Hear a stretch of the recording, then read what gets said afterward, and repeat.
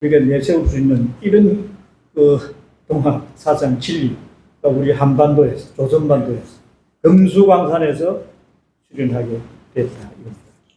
자, 그런데 이렇게 위대한 이런 진리가 동학을 이렇게 이제 창시하게 되는 배경을 보면, 그래서 10년 주유 천하를 하고 팔도 여정을 끝내고 다시 이제 고향 용담정, 경주 용담으로 돌아와서 이제 우리 민족의 장래를 우리가 어떻게 이끌어갈 것인가 하는 깊은 고뇌에 빠집니다. 깊은 고뇌. 그러면서 여기 보면 을묘천서, 자기가 수도 명상에 이제 들어가는데 한 스님이 찾아와서 이제 천서라고 하면서 그게 이제 한문으로 되어 있는 것인데 이걸 알 수가 없으니, 그런데 이거를 혹자는 그 당시에 이제 중국에 소개된 그 마테오 루이치의 그런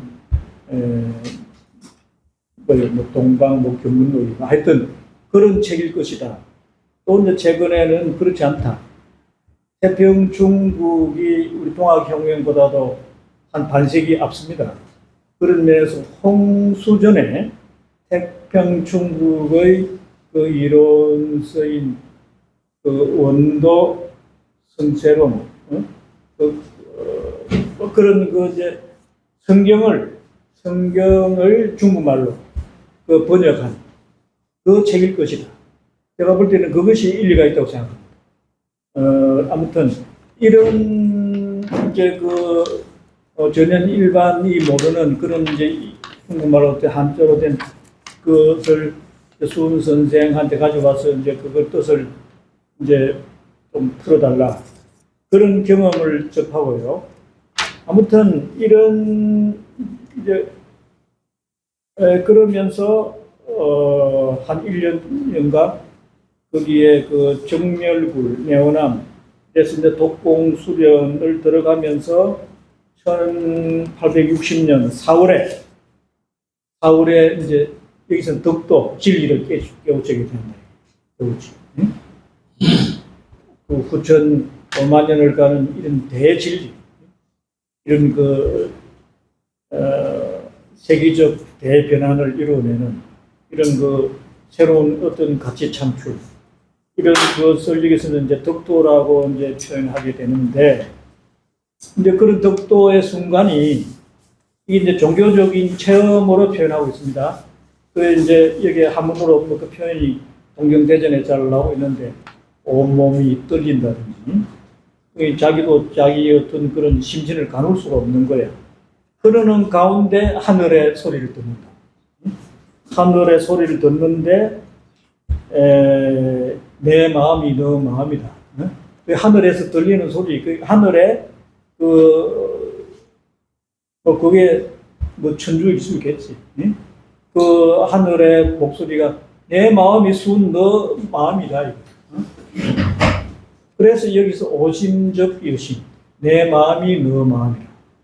그 인내철이라는 말이 여기서 나오는 거죠. 인내. 사람이 바로 하늘이라고 하는 이런 것을 여기서 이제 깨치게 되면서 이 진리야말로 이제 이게 이제 앞으로 설명이 되겠습니다만, 인간인 것을 두고 거기에 신분의 고하가 없죠. 반상의 차별이 있을 수가 없죠. 그러니까 수는 그가 이제 서출 출신이에요. 어머니가 이제 재가녀, 아버지가 아들이 자식이 없다 보니까 재가녀하고 결혼을 하다 보니까 그 당시로 보면 서출이지. 그러니까 과거의 시험을 볼 수가 없는 적서제도의 신분제도의 그 총명한 수훈이 노무현도 그게 이제 서출이요. 그렇기 때문에 일부 월심 그렇게 한 길로 가가지고 대통령 되고 나서도 역대 대통령 누구보다도 흔들리지 않는, 미국을 향해서도 틀린 것을 틀리다고 이야기할 수 있는 그런 어떤 신령 체계가 그 어릴 때부터 성장 가지고 얼마나 많은 그 불평등, 그 차별적인 그 냉대를 받았겠냐. 또 내가 직접 냉대받은 이야기도 내가 들은 것도 있어요. 그 노무현한테. 이제 그런 것을 느끼면서 오심적 열심이라고 하는, 인간인 것을 두고 다 자유평등하다고 하는 이 소리는 이거 복음이고 진리 아닙니까 이거? 그래서 이 진리인 것을 두고 표현을 이렇게 했네요. 금불문 고불문.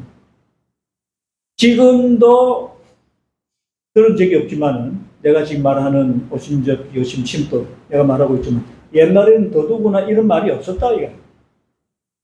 그리고 비교를 두고도 이러한 내가 말하는 이런 심법, 오심적 여심, 이런 사임여천, 이런 진리를 지금 세상도 어느 이론과도 비교가 될 수 없고 옛날에는 더더구나 그런 그 위대한 훌륭한 이런 그 진리이다.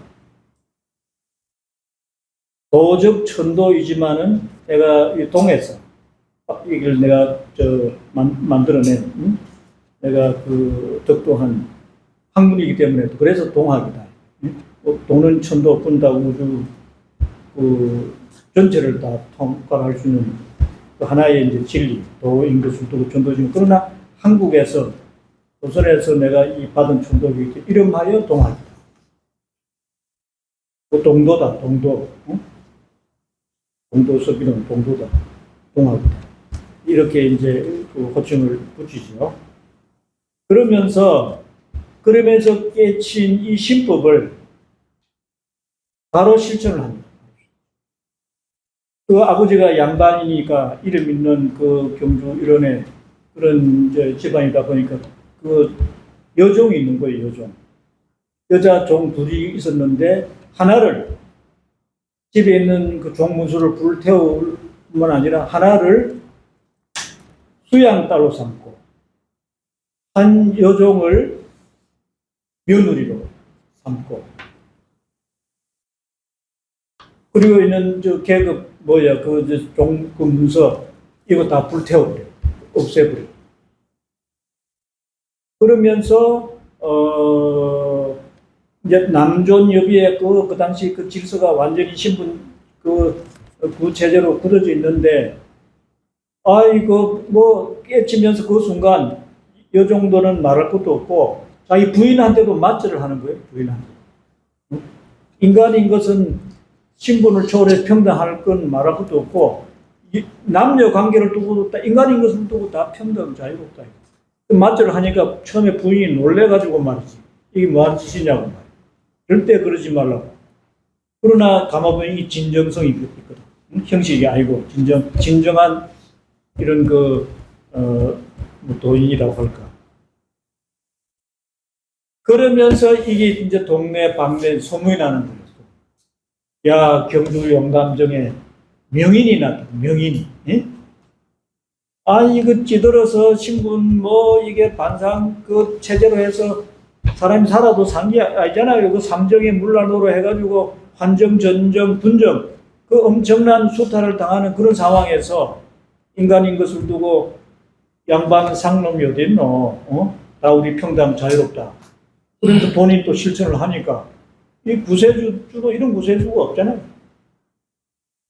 오히려 일반 무지랭이 백성들은 먹고 산다고 바쁘게 오히려 전국 각지의 주변의 선비들 배운 선비들이 뭐 찾아오는 어떻게 됩니까? 그러면서 너무 이제 많은 사람들이 이제 몰려오고 하니까 우리가 이제 이 정부에서 이게 지금 뭐예요? 이 권력 유지를 두고 체제 유지를 두고 불안을 느끼는 거예요. 불안을 느끼는. 그러면서 이게 이제 그 민심이 흉흉해지니까 그 밑에 있는 그 자기 이제 도인들이 좀 쉴 겸해서 그 남원에 있는 그 그 무슨 절이죠? 그 절에 그게 대원함. 그게 네오남입니까? 거기에 이제 조그만 그 절에 한 암자에 들어가서 6개월 동안 거기서 이제 또 수련을 하면서 거기서 이제 선도교에서 그 유명한 뭐 논학문, 그 주문, 지기검지 운일대 시춘조주와 영서부 이런 주문도 이렇게 만들어내고 또 종교를 일반에게 이제 우리가 그 알리기 위해서는 또 형식이 또 종교 의식이 또 필요하다 이런 것도 우리가 제정을 하고 이런 그 동경대전 용담유사의 골격을 거기서 대충 우리가 체계화하는 그런 시간을 가지면서 6개월 이후에 고향으로 돌아오는데 이제 바로 집으로 가기에는 너무나 많은 사람들이 찾아오고 또 이게 정부 이렇게 관하에서 이렇게 알게 모르게 압력을 가하니까 경주 일원에 이제 거기서 집도를 하면서 이제 그 포교를 시작하는데 1860년 4월 61년부터 이제 포도 사업을 시작하는데 여기 사람들 구름처럼 모이니까 이제 정부에서는 자도 난정률 그러니까 자축도 요새 같으면 이제 이 사상이 불온하다. 응? 좌경이다. 자도 자경이다. 자책에도 요새 말하는 그 자경 사상이다. 그 공산 사회주의 사상이다. 난정, 이 정, 그 정학, 정통한 이념은 유교, 주자학인데 그걸 어지럽혔다. 난정. 그러니까 자도 난정률, 자도 난정제로 체포하다. 응? 근데 그 주위에 있는 사람들이 이제 피신하라고. 그런데 이제 수원 선생은 이런 무국제도를 제시한 것을 두고 이 정부가 나를 살려줄 리가 없을 것이다. 벌써 각오를 한 거예요. 그 피신하는 걸 그렇게 함에도 불구하고 다 만류를 하면서 자연스럽게 이제 이제 구검이 돼가지고 이제 서울로 이제 구속이 돼서 들어오죠. 그런데 그때 서울에 들어오는데 여기 어디요? 과천인가까지 왔는데 그때 그 순종인가 이제 죽게 돼요. 네? 그 붕어를 하면서 이 정신이 없으니까 다시 이제 대구 경주에서 대구 장대로 내려보내요. 이 대구에서 이제 순도를 하게 되는데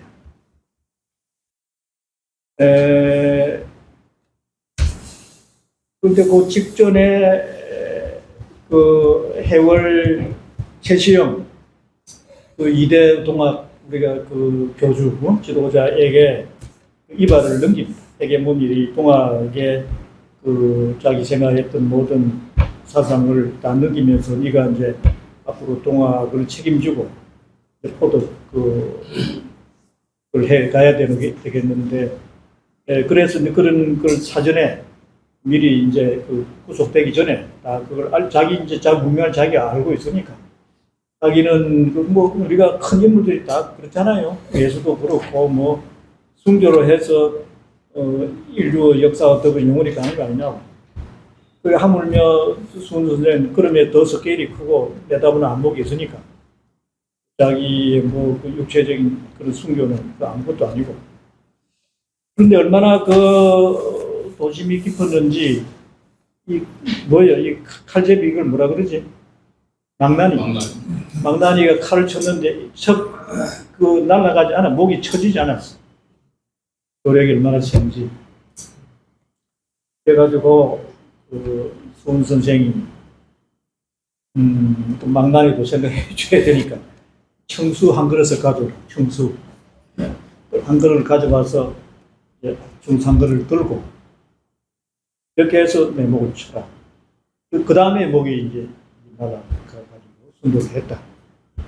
이제 그런 이야기가 있습니다. 이제 이야기 있는데 아무튼 이렇게 이제 그 동학이 교세가 확장을 하면서 거기 이제 사장인가 교조의 순도와 신원운동의 전개. 그런데 이렇게 훌륭한 사상을 군 선생이 이렇게 창도한 것을 두고 이제 해월 선생 대 오면은 교조 신원운동 너무 억울한 죽음을 당했다. 왜 이렇게 정의, 자유, 진리를 도덕을 한 것을 두고 무슨 죄가 있노? 이래가지고 교조 신원운동을 합니다. 순이 남긴 동학과 그 이념은 조선의 어두웠던 근대 민족사를 밝히는 횃불이 되어 민족의 조력을 발휘하는 원동력이 되었다. 동학의 2세 지도자인 해월 최시영의 지하 신앙시대, 그다 숨어서 댕겼습니다. 지하 이런 그 신앙시대를 가리켜 우리는 언도 시대라고 합니다. 언도 시대. 이제 전도교를 이제 개명을 하면서 이황송병의 시대에 오면서 이제 일반에게 이제 그 제대로 알리게 되는 그걸 우리 현도 시대라고 하는데 이 당시는 언도 시대라고 합니다. 동학을 재건하기 위하여 금수의 인생을 산 것입니다. 도산금수. 여러분 아시죠? 칼이 뭐예요? 이게 산을 이루고 또 칼이 숲을 이루는 그 세상 전이가 그런 도와 금이 깔려 이 세상을 이렇게 한 발 한 발 디디면서 이 포덕을 해가는 그 형극의 길을 두고 도산금수의 이런 표현을 쓰더라고. 도산금수의 이런 그 일생을 살면서 사인열천을 사인열천. 숨 선생이 솔선수범했지만 본인 역시 그 솔범수범하는 인생을 살았죠. 우리 동학 포교를 많이 했다고 생각이 되는데, 오늘 김용욱이가 지가 동학을 공부하게 된 것은 해월 선생의 그런 그 삶을 두고 한국에 이렇게 세계사적인 위대한 인물이 이성을 두고 전도교에 자기가 공부하게 되었고, 한국의 정치가 이게 그야말로 혼돈의 이런 그 연속인데, 그리고 김용욱은 고대에 서면서도 남은 한 번 시국선언 하기 힘든데 여러 번 시국선언을 할 정도로 한국에 살 맛이 없는데도 한국을 떠나지 않고 사는 것은 해월 선생 같은 이런 큰 인물이 있기 때문에 나 역시 한국에서 뼈를 묻어야 되겠다. 응? 어떻게 하든지 우리가 계명성을 만들어서 그렇게 길잡이 역할을 해준 분이 김용옥의 멘토가 해월 선생이에요. 해월 선생. 예? 그리고 해월 선생의 이름이 최시형이야. 때에 맞춰서 만사형통으로 나아가는 용시용화를 해 가기 위한 그런 뜻이 담기는 이 최시형입니다. 이분이 이래 교주를 하면서 동학사상을 어떻게 하든지 성공시키고 전국적으로 이렇게 세계적으로 등원 포도로 나아가기 위해서 자기 이름까지도 최시형으로. 그래서 그 옆에 같이 있는 자기 그 막료들, 누군가 한 사람도 강시원으로 또 이름을 바꾸고 또 이시헌, 다 떼시자로 바꾸더라고. 예, 그런, 어떻게 하든지 자기 선대, 일세 우리가 그 선사, 대신사의 이런 그 정신을 우리가 이 포덕을 하기 위해서 평생을 이렇게 고생을 했다.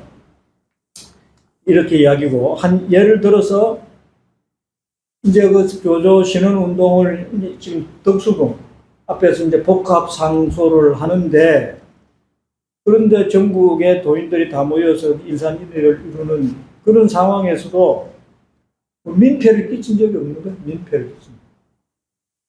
그래서 그런 말이 있다고 합니다. 서울 장안이 장안이냐, 보은 장례리, 충청도 보은 장안이 장안이지 라는 말이 돌았다. 척양 척의 민족 자주주의적 자주의식의 발로였다.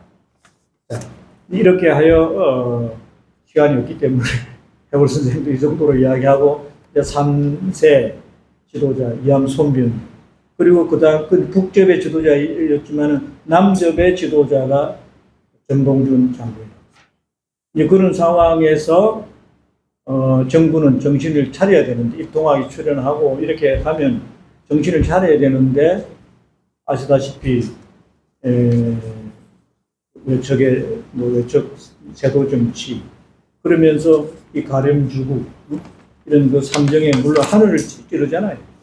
또 조병갑이가 고부 군수를 하면서 현감을 하면서 그 쓸데없는 그 볼을 그 둑이 잘 있는데 또 둑을 세워가지고 세금을 더 받고 이런 짓을 하거든. 그런데 이게 전봉준의 아버지가 그 서당 선생 인데 한문과 따졌다. 왜 이렇게 가림주고 하느냐고 따지니까 그 아버지 이름 전창혁. 하니까 때려서 죽이는 거예요. 조병갑이. 그래가지고 이걸 전봉준이 그때까지는 천도교인이 아닌 것 같은데 그러나 동학의 교세가 벌써 전국적으로 이렇게 확대되어 있는 그 호적 제도가 있어가지고 그 고부에는 없는데 그 옆 마을로 큰 마을로 가니까 벌써 동학이 하나의 적 제도 여기에는 유김제 이런 걸 내가 소개했는데 그런 시스템으로 해서 동학 그 종단 조직이 벌써 구성이 되어 있는 거예요. 거기에 뭐 이제 김계남, 손하중 이름 들을 수 있는 이 사람들과 손을 잡고 그 동학의 정신이 다 우리가 구천개벽이고 사인여천이고 인내천인데 세상에 전봉준 아버지가 이런 매를 맞아서 죽었다. 그 참을 수가 없지. 이래가지고 전봉준이 이제 최고 사령관이 되면서 드디어 동학 혁명이 시작됩니다. 되어가지고 뭐 그건 우리가 이제 일진일퇴를 하면서 드디어 전주성을 함락하잖아요. 전주성을 함락하니까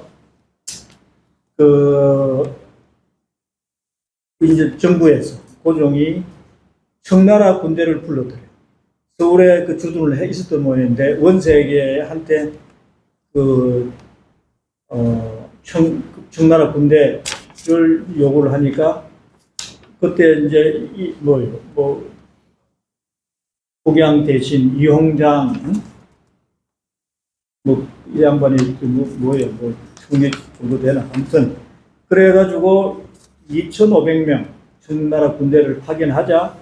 그러면서 일본하고는 저거끼리 뭐 천진조약을 해서 군대가 출동을 하면 같이 참견하는 그런 조약을 있었던 거예요. 그래서 일본은 호시탐탐 기회를 노리는 참에 6,000명의 군대를 파병을 하면서 이런 소식을 듣자 전봉준 이라면 안 되겠다 해가지고 전주 하야 정부 전주에 뭐예요?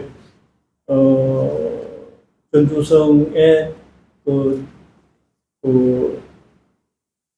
어떤 도지사 그걸 뭐라 그러지? 아무튼 관찰사 이렇게 해서 서로 전주 하약을 맺어서 직강소를 만듭니다. 직강소. 호남 일대의 그 군현 중심으로 직강소 그 53개 나주가 왜 빠졌는가 모르겠지만 나주를 제외한 모든 그 군현이 다 직강소를 설치해가지고 거기서 바로 인냈죠. 그래서 이 12개 패정계약이 나옵니다. 그 여러분들 패정계약안은 뭐 네이버나 치면 다 나오죠. 네. 책자에도 있고요. 거기도 나왔나? 예. 그건 내가 계약안이 있습니다. 그 12개조 패정계약안. 그 패정계약안이 아까 우리 장 선생 같은 사람은 그런 것도 잘 모를 것 같네. 그러니까 왜냐하면 이 내용이 그 당시에 요새 내가 볼 때는 사회주의, 뭐 자본주의, 자유주의 모든 이념을 다 담고도 미래로 나아가는 그런 이게 뭐예요? 패전개혁 아니에요? 응? 보세요. 이게 그 다 소개 많이 하는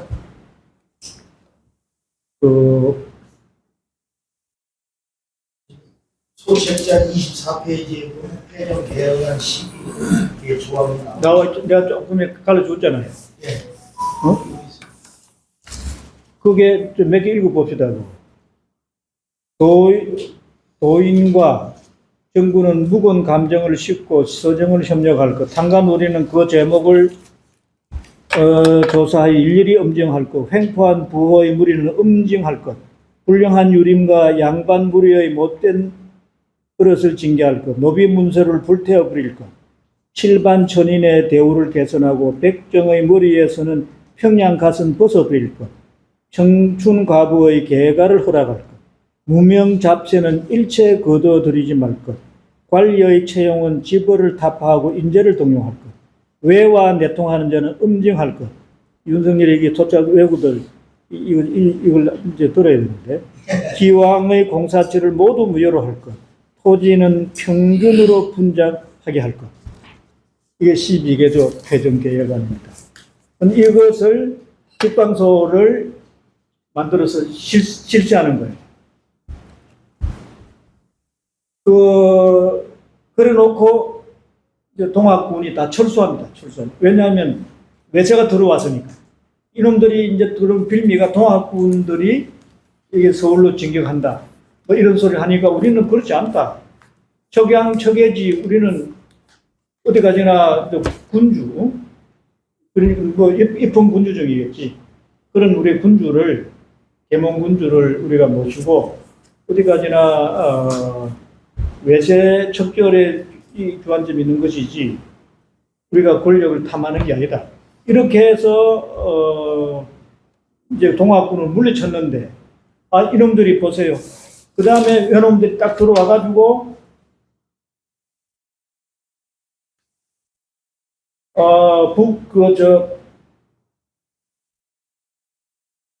경복궁을 바로 점령하죠.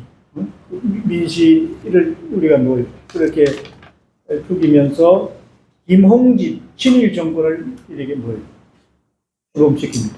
그러니까 이 벌써부터 한반도를 점령하기 위해서 그런 일종의 그 태프트 갖춰놔줘야 그 미국의 그런 자기들이 조약을 믿고 차근차근 소식하면 기회를 노렸는데 그걸 이제 실시를 하는 겁니다.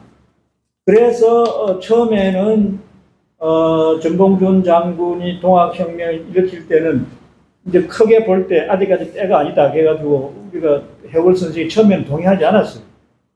그런데 이제 그 외세가 들어오고 우리가 저 민씨 왕후가 죽게 되고 친일 내각이 들어오고 여기에서는 안 된다고 생각해서 드디어 그 해월 선생 입장을 바꾸어서 9월 18일, 그리고 1861년